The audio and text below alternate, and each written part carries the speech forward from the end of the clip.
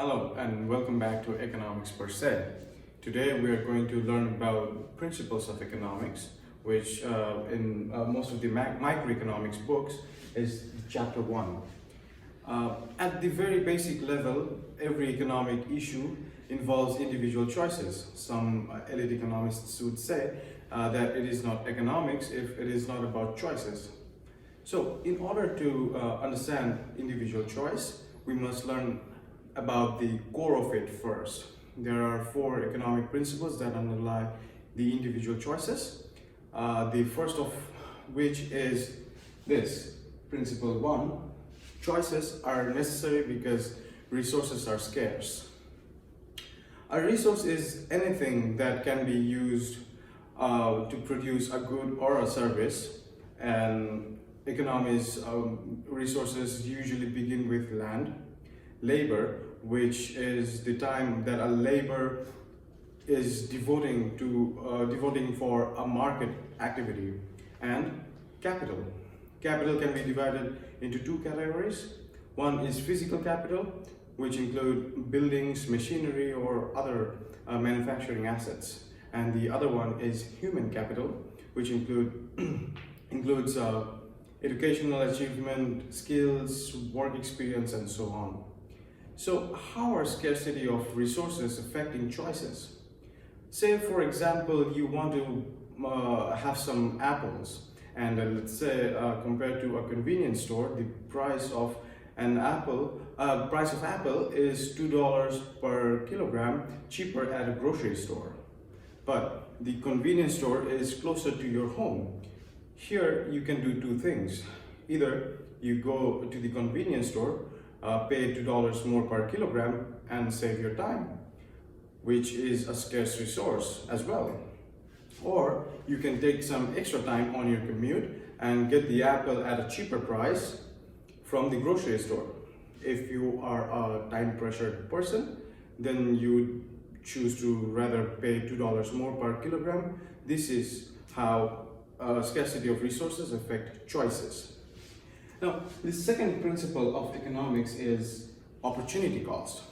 Opportunity cost of an item or a decision is anything that one person is giving up in order to achieve the item or to reach to the decision.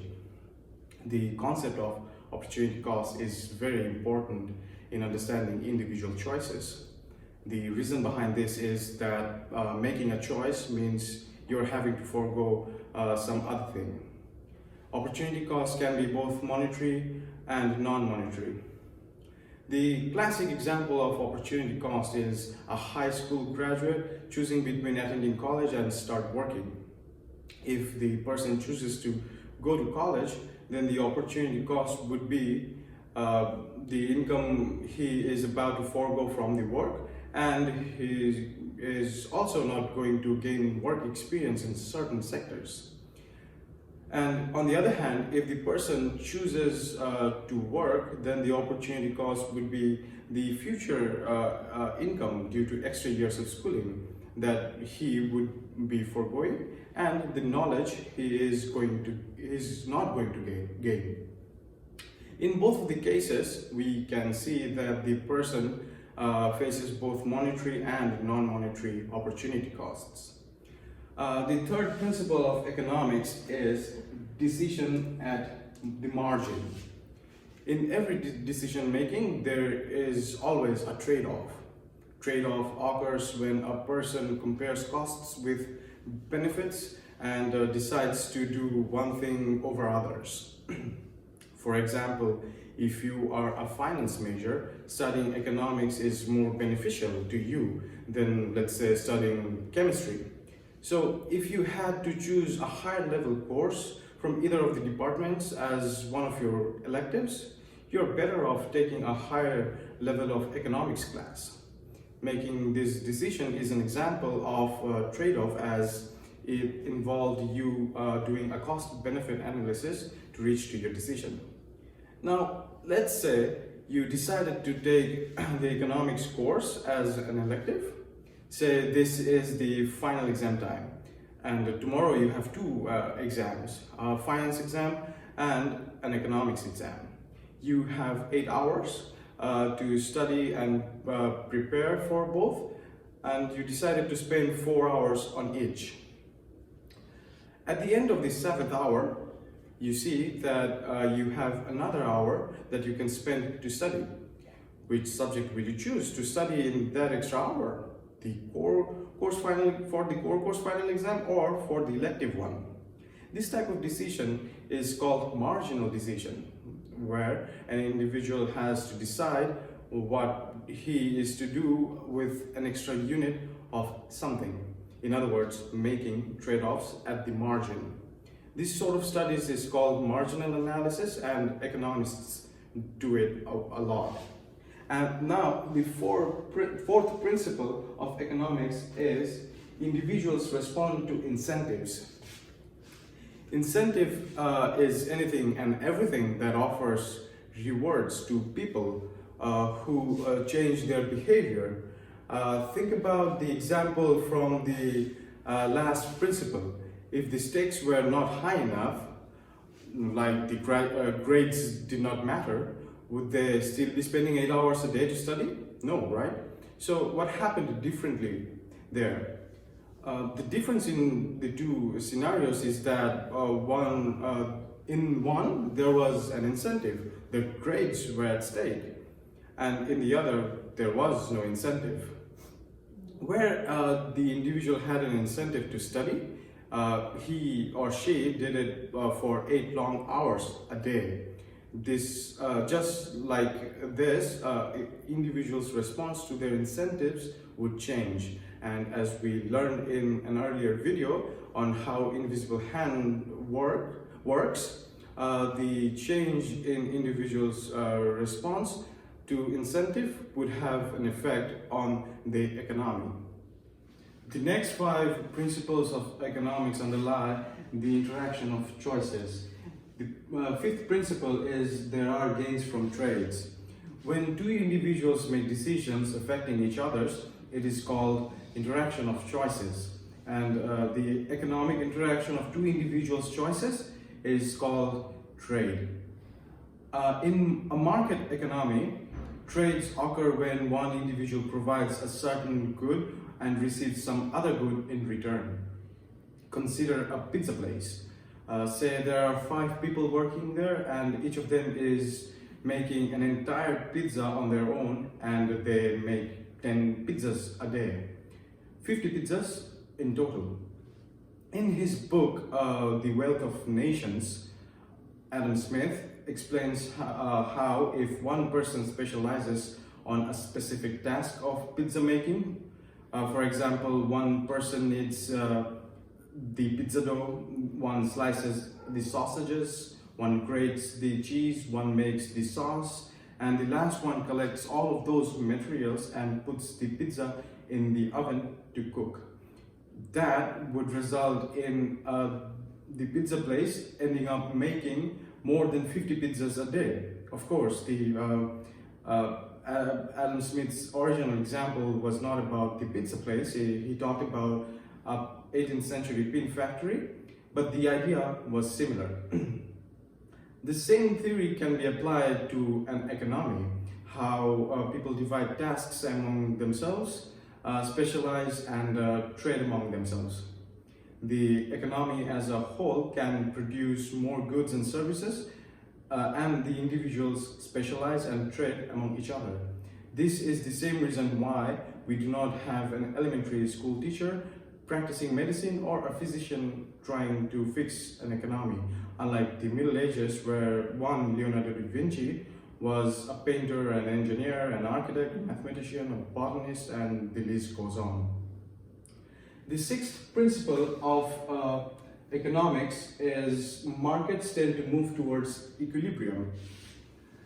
And equilibrium is a situation or a condition where no individual would be better off by doing something else. It basically means that when equilibrium condition exists, there is no trade-off.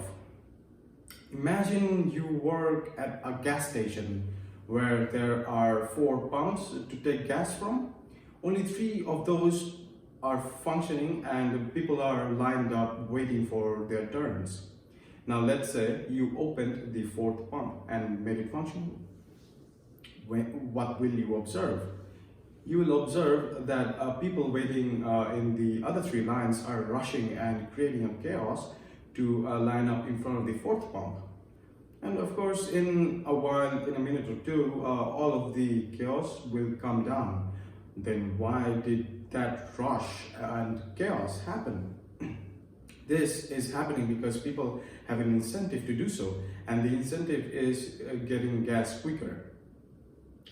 This is more or less the same way an economy behaves as well.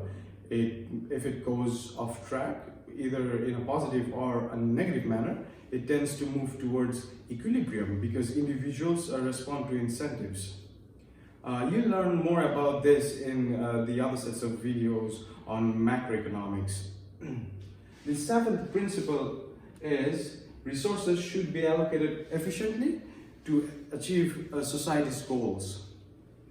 It is said that an economy is using its resources efficiently when it takes all opportunities to make people better off without making other people worse off. Most societies now care more about equity, or in simple terms, fairness. And there is typically a trade-off between equity and efficiency, as policies that deal with equity often come with a cost of decreased efficiency in the market or even the economy. A very good example of that would be carpool lanes. Even though there might be a lot of traffic in the roads, still one of the lanes of the highway is kept free for the people who need it the most. The eighth principle of economics is that markets lead to efficiency. Usually markets lead to efficiency basically due to invisible hand. As there is a free market in countries like Canada, individuals tend to choose freely what they want to consume and what they want to produce. They normally do that to exploit the opportunities to make mutual gains. As you now know, gains from trade. The ninth principle of economics is that the government intervention is necessary when markets do not have efficiency. The coronavirus pandemic can be an example of this principle. As you know, during the pandemic, the Canadian government with programs like Canada Emergency Response Benefit is trying in whatever way they can to make sure that individuals and businesses do not stop exploiting gains from trade. It might be impossible for our government to intervene and make an entire economy perform efficiently in no time. You will learn more on how the government intervention leads to market efficiency in the macroeconomics course. Now we have come down to the last three principles of economics. Since these principles are related to macroeconomics, I'm just going to mention them. Principle 10 is one individual's spending is another's income. Think about trade. In a transaction, one individual has to sell a good when the other is buying that good. This is a simple example of how one person's spending can be another person's income. The 11th principle is overall spending sometimes grows more than an economy's production capacity. A good example of this would be the way we use our credit cards. Think about it. If we have to incur a big expenditure, we do not usually use our debit cards, do we?